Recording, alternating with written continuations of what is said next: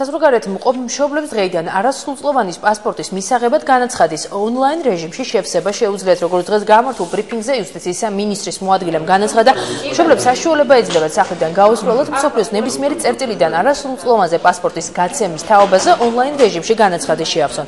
გიორგი ვაშაძის თქმით, ინტერნეტ მომსახურებით არასრულწლოვანი პირის პასპორტი 2 სამუშაო დღეში მზადდება და იგი 205 ლარინის. საზღვარგარეთ მყოფ მოქალაქეს დაბეჭდილი პასპორტის მიღება შეუძლია პოსტიდან მინდობილი პირის მეშვეობით. საქართველოს მოქალაქეებს, ვინც საზღვარგარეთ იმყოფებიან, უკვე შეუძლიათ არასრულწლოვანის პასპორტი აიღონ პირდაპირ ონლაინში.